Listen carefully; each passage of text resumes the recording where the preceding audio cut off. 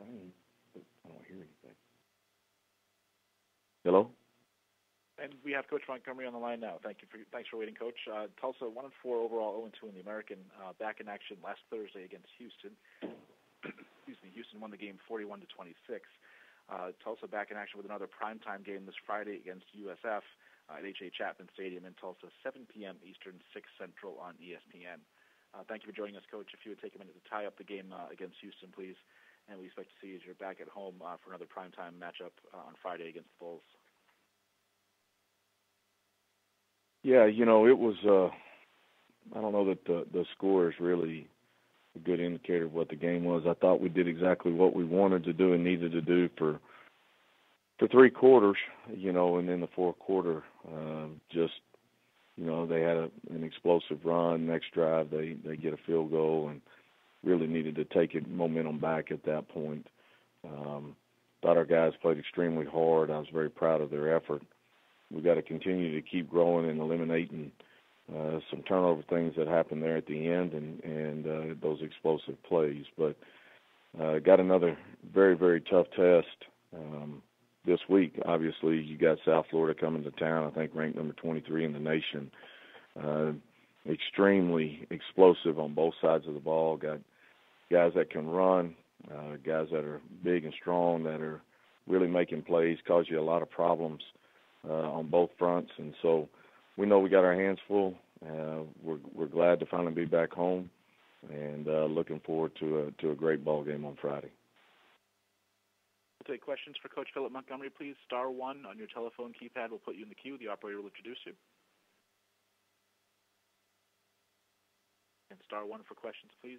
Coach, I'll throw the first one out if I can. Can you assess the play of your quarterback, Seth Boomer, as he made his first career start, and maybe the plans at that position going forward? Yeah, I thought he played well for his first time out. Hadn't played a game since high school, so that's a tough defense to go against in your first rattle out of the box. Obviously, playing in Houston also causes problems, but I thought he handled some things really well. Made some really good plays.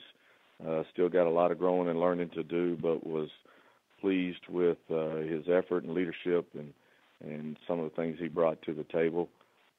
He'll be our starter again this week, and plan on seeing, a lot of improvement from game 1 to game 2, but again, going against a really, really tough defense and with guys that can fly around and put pressure on you.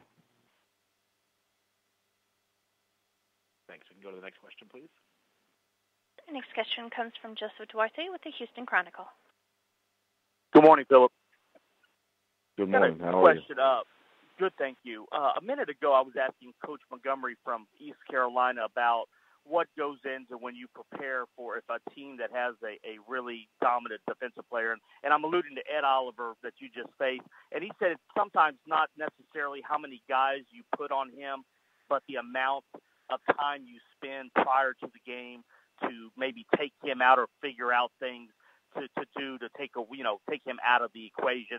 I was curious, your guys that had a pretty good success against him at times Thursday, what exactly is the preparation in your mind for a guy of that caliber? Not necessarily just him, but when you have somebody on the opposite side of the ball that can be disruptive like that. Yeah, I mean, you're spending time trying to make sure that you are giving yourselves opportunities to sustain a block and or try to design or scheme some ways that you can get away from him and give yourself a better opportunity. Ed's a dominant player, and Ed brings a lot of different type of skill sets to you because he's so quick, he's so strong. He does a great job of running to the football. He's so athletic.